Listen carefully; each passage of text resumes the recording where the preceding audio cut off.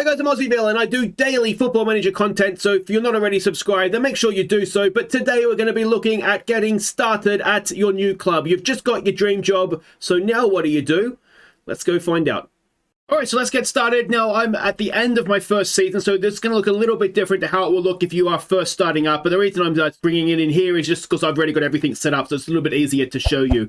Now, a couple of things across the home thing here you want to be aware of. The main one I find is promises. It's a good place where all the player promises you've made and how long you've got to keep them, and the progress that you're making towards them as well are all in one place. So definitely something that you want to keep an eye on, or do probably a little bit more on promises on another tutorial, but that is that. Now, the real interest, of course, is the squad that you have to work with. So if you go and click on the squad view here, you'll probably want either a general view, or I prefer the squad selection. You can search by position, and it gives you a rough idea of what you have to work with, so you can see all the players, their positions, and right now you can see the stats for the season with this view as well. This is just a default view. You can change it around.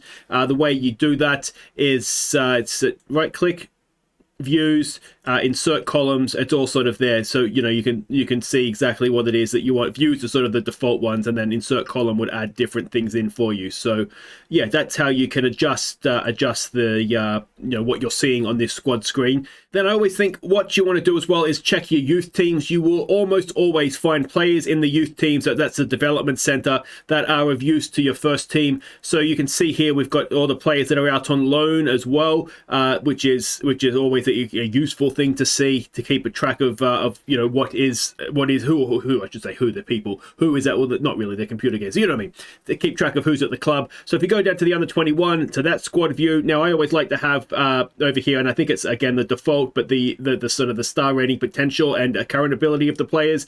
So if you look at potential, you can see the high potential players that you've got, and then if you click on ability, you can see sort of the guys that are more ready for the first team. Now, a few of these guys at the top here are just down getting match practice. But if we have a look here, we can see we've got a couple of players out on loan that are very, very high potential indeed. So they're players that are not available to us right now, but it's always worth noting that yes, they are at the club. That's worth having, and we'll get to the squad planner in just a second. And then if you can go to the under 18s, it depends on the league and the club. Sometimes you will have reserves and under 18. Sometimes you'll just have under 18s. It very much just depends on the club and the league as well. And again, there's obviously less players that are ready to go right now in the under 18s because they are very much children.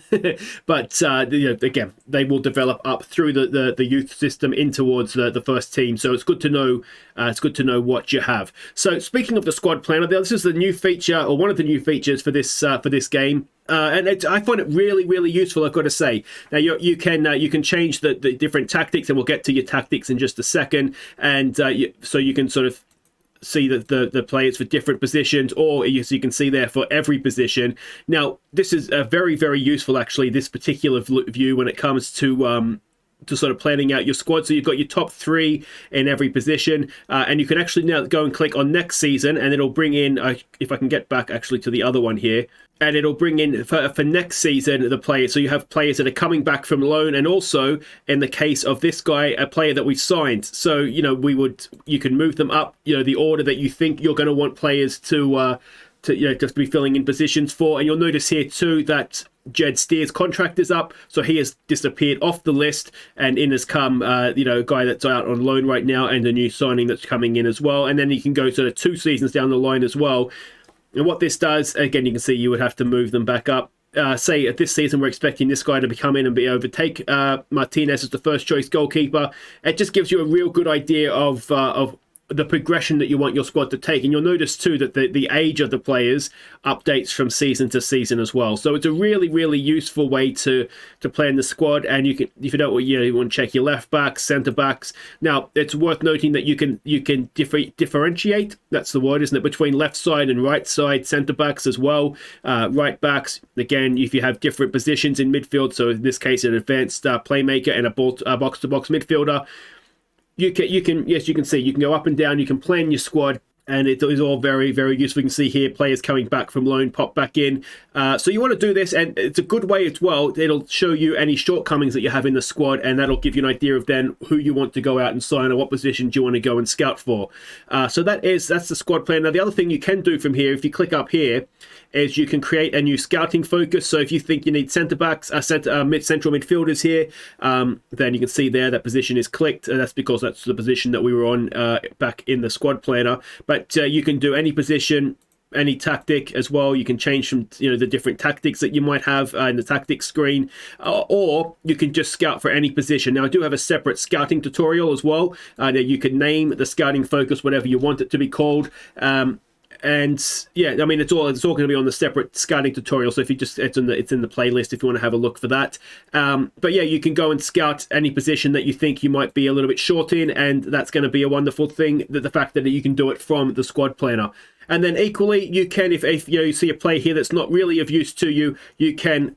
We'll go with David Luiz. You can offer the clubs straight from the squad planner. So it's a really nice addition to the game. It'll make life easier for you. And yeah, that is it. Use it. It's gonna help you plan out the squad.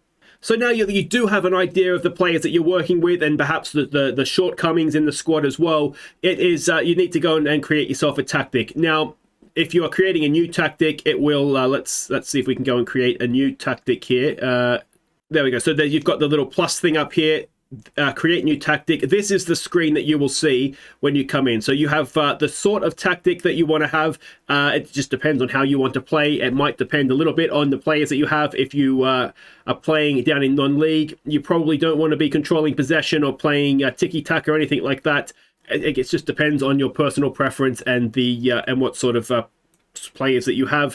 So to give you a rough rundown of the style of football that you're going to play, and then you can choose a formation down here, and those are sort of the main ones. You're not limited to those. You can go and you can choose whatever formation you want, and then that will bring you up. Then once you have sort of chosen all that, you'll come back to something like this. You can see the tactics that I've got loaded up right now. Now, again, there will be a separate tutorial on tactics. But if you sort of lay out what you think is going to be your best formation, your best team, and it'll give you here a sort of a star rating as to how the players fit into the system. Now, for example, if we were to go and put Ings in midfield, Ceballos up front, you'll see that the star ratings and their familiarity with that role, they drop right down. So that gives you a good guide as to if the players are capable or how capable they are of playing in those roles. And yeah, so that is worthwhile looking at. If you go up the top here, it'll give you an idea of how the team feels about the tactical instructions that you're giving them, and you can see the intensity levels as well. So this is a fairly high intensity formation. If you have a big squad that you trust, that's not a big deal. If you have a smaller squad, then you're going to potentially want to lower that, because the intensity is going to tire players out more. The other option you could have is rest players from training, and I'll show you how to do that when we get to training. But yeah, you can see here all your different tactical options. As I say, there will be a different tutorial on tactics, go into it a little bit more in depth. Basically, though, I always think you want to build from the back, and you want to go from there. So if you have big, tall centre backs, then you probably want to play a more deeper line. If you have quick, nippy centre backs, then probably want to play a higher line. And once you've got your defence sorted, you want to figure out the best way to attack from there. If you've got pacey strikers, you probably want to be trying to play the ball through into space. If you've got big, tall guys that can head the ball, you probably want to get the ball out wide and cross it in. A lot of what you want to do from there depends on the sort of players that you have. But as I say, we'll do a different tutorial on tactics so we can go into it a lot more in depth. Now, kind of linked to tactics is the data hub.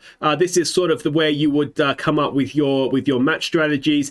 There's different ways to do it. Some people sort of play their way, let the opposition sort of adjust to them. I, to a point, do that, but I also like to try and make life difficult for the opposition, and there's sort of things in here that you will see. Now, if you go in here to matches, you can see the last match, our last match of the season. We didn't have a good day at Old Trafford, but it'll give you a lot of the information, and you can sort of see this is how we pass the ball, so you can kind of see what did and didn't work, and again, you can see sort of long range shots. And you can see with the XG rating there of how likely they were. And just generally speaking, again, the data hub is a whole different thing. We'll probably have to do another tutorial on. it gives you a sort of a deeper insight into the team, particularly because you don't tend to watch the whole match. When you're playing the game, you do tend to just watch highlights, which can sometimes give you a little bit of a misleading idea of how the game's going. This match momentum can be good as well. You can see for the most part, Manchester United were on top, but we did have our spells, and maybe we're a little bit unlucky that we didn't manage to get ourselves a goal in that period. But yeah, the Data Hub, a lot of information here. Have a look around, and like I say, we'll do a separate tutorial on it when the time comes.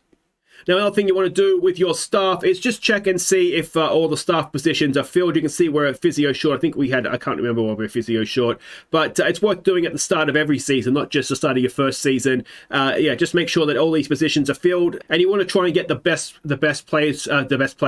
staff for each position that you can. Now, if you go in here to staff search, one thing that is useful, you can see apparently I am looking for a physio. Maybe I have someone with a work permit. Anyway, what you can do here is you can look for realistic youth team and reserve appointments, because there's nothing worse than if you're trying to fill like an under 18 physio position, and if you've just got the first team appointments, and obviously a lot of physios, if they're not if they're first team physios now, they don't want to go back to physio for kids. So if you untick these, then that can help. And I always think if you add your staff in as well, because then what can do is you're searching, so physios that have at least 17. So if you hit this, so if you have more than one thing, it'll up every attribute by one.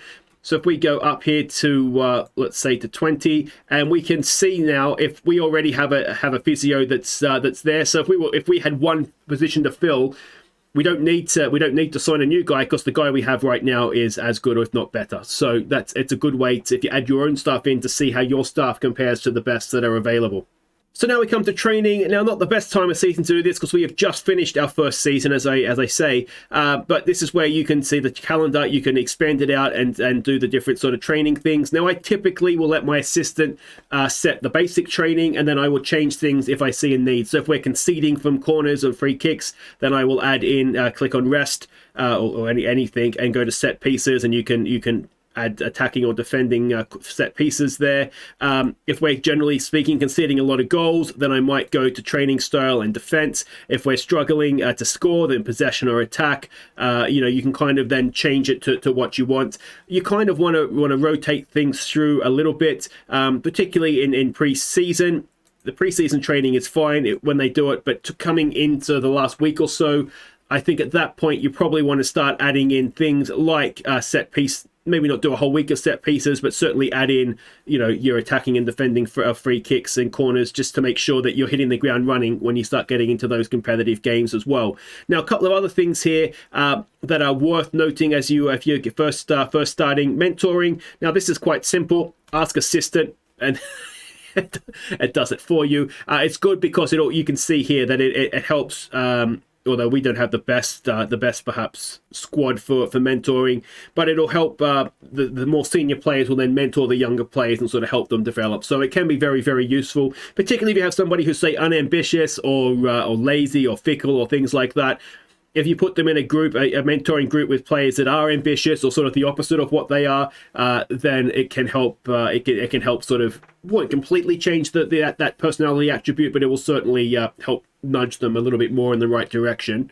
The other thing, if you look at coaches as well when it comes to training, and then if you go over here to edit coaching assignments, what you basically want is you want each of these star ratings at the bottom to be as high as you can get it. Now, different coaches will be better at coaching different things. And then you want to try and, again, end of the season, it's not the best time to show this, but you can see how it's got the work rate here as average for the fitness training. You want to try and make sure that it's never any more than, I'd say, average. If it starts to getting to heavy or very heavy, then you want to try and see here we've got sort of I have floating coaches, I call them, that just kind of, they're not the best coaches in any individual thing, so I just sort of use them to help the coaches who are sort of, I guess, in my head running the session, and so just bring down the workload. Now, the easy way to do this, you can see we've got sort of more floaters down here as well. The easier way to notice this is it'll say here where it says workload, it currently says none. It's in red if it's heavy or very heavy. So that's the quick way. You can see there has got the green dot, it'll be a red dot, and that's how you'll know that it's heavy, just by looking at this particular screen without having to then go in. Medical Center, another thing that is worth keeping an eye on. Now, I always think a tied player is a poor player. So if the match load gets heavy, and it will typically, when you go into a game, it'll show you here as well, the match load in the tactics screen. But I always try and keep match loads not heavy, sort of medium or below. Keep an eye on the injury risk. If it's a high injury risk, unless the game is, it doesn't mean they're definitely going to get injured, but unless it's an important game or a very important player in your team, I try and limit the amount of times that I would play players at either a high risk of injury or a heavy match load. So it's definitely worth just keeping an eye on, and it does lower the amount of injuries that you get. But it's always a bit of a give and a take, because there's no point having a fresh team every second week if you're losing the other week. So it's a balancing act, but it's definitely something that's worth keeping an eye on. Now, scouting and transfers, there is, again, separate tutorials for that. But just briefly, you can see here, you got your recruitment focuses. If you go into recruitment focus, you can create a thing here. I'm not going to go into it in too much detail because, like I say, there is a separate tutorial on that. And we kind of saw it a little bit on the squad planner as well. But just be aware, this is your shortlist as well if you're looking for your shortlist. So any players that you shortlist and looking to sign, this is the place that you would find them. And if you are going to make a transfer, it's always worth asking the agent, just get an idea if they even want to come and join you, and they'll tell you roughly what the fee is that the club's looking for and their wage demands as well. And then you can, if you're not quite happy with something, also has their playing time as well, and if there's any other demands there, they'll all be listed, and then you can kind of negotiate with the agent before you go into to negotiate a transfer and then a contract with the club. Now, another thing that you do want to always be keeping an eye on is the club vision, to make sure that you're doing what the board want, and you've got the fans in this version of the game as well. You can get away to a point with not maybe meeting all these competition goals if you're sort of the long term, the actionable objectives, the club vision stuff is being done well. So if you are under budget and maybe not quite matching these things, you might get a little bit more time. If you're over budget and not matching these things, you're likely to get less time. Same way as if you're signing players for a profit and the board's happy with the way you're doing that, they'll give you a little bit more time than if you're not doing it. So it is worth keeping the board happy. You can see here, if you click over on the board, it gives you a little bit more of an overview of what the board think. But then the supporters is a big one. That's one of the major additions of this version of the game. Now, it says up the top here, Villa have a large fan base, but they have a low level of influence on the board. Now, that means that what the fans think of you doesn't necessarily matter that much. You're more worried about what the boards think of you. But I have played with clubs that where the fans have a high influence on the board. Now, in that situation, you probably want to keep the fans on side as much as possible, because even if the board aren't maybe as happy with you as they could be, the fact that they listen to the fans, if the fans are happy, they're unlikely, or they're less likely anyway, to sack you because you're not meeting their expectations, because the fans are happy. Now, they are different as well. You can see here that the fans wanted a top half finish in the Premier League, whereas the board wanted a Europa League finish. As it turns out, I beat them both, and I got a Champions League finish. I don't know how we got third in the Premier League. It was a very, very good season for us. And you can see here the sort of the longer term plan as well,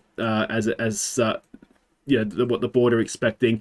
The fans, though, they don't, fans are never that long term, are they? So they don't have that longer term view. But yeah, it's definitely worth keeping an eye on. And the final thing that really you need to be aware of, we have kind of touched on the development center already, and that's basically just about getting the best you can out of young players, getting the best coaches in you can, making sure they're playing and developing them that way. But finances, the main things you want to look at here is balance, and what you're really concerned with is what's over here, the transfer budget, the wage budget, and the scouting budget. Again, we'll go into the scouting budget in the scouting tutorial, but you can see what you are currently spending, what the budget is, and what you're committed to spending next season, as well as next season's wage budget. So you want to keep an eye on that. Again, you can see the transfer things there as well. 100% transfer retained, that's the dream. That means anything that you raise from sales, you then gets added straight to your transfer budget. You will have situations where that's not 100%. So if you sell a £10 million player, you might get, say, 7.5 of that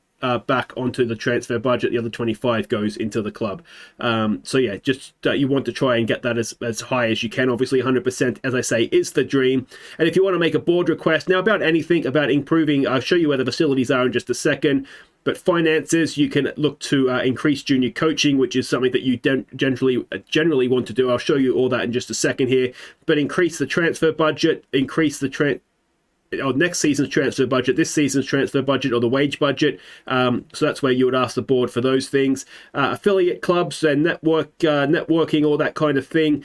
Improve youth recruitment. Again, that's something you always want to have as high as possible. Now, a senior affiliate, not something typically that a Premier League team would want, but if you are sort of like a League One, League Two, or just generally a small team, it's worth having because A, you get an income source from it, and B, you can then typically they'll loan you players as well to develop. What you'll most likely see is an affiliate club when you're a Premier League team. So there's different ways that you can get an affiliate, whether it be for youth recruitment, for basically merchandising. There's all sorts of different reasons to get an affiliate team, and the bigger club you are, the more that you'll be able to have, and the more you'll possibly want to have as well. Then you've got sort of your personal demands for a new contract. Stadium, if you want to expand or build a new one, that's how you ask the board to do so. And then your staffing as well, whether you get more coaches, scouts, all that kind of stuff. Typically speaking, you'll want to have as many as all things as you can. But that does reach a point, particularly with coaches, that you've just kind of got enough. You don't need any more. Whereas I would argue scouts, the more the merrier. If you can place a scout in every country permanently, that's the dream. So you need 300 odd scouts for that. So you can never have too many scouts, is my personal opinion. So now I said I'd show you where facilities are. That is up here in club information. And then you go over to facilities, and you can see all basically the club facilities. So we've got a state-of-the-art training and superb youth. I think that is roughly about as high as it goes.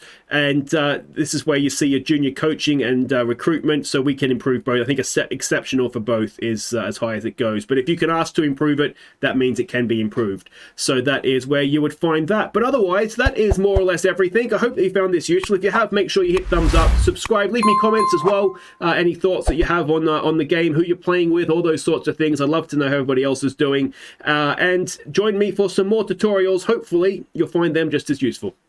Take care.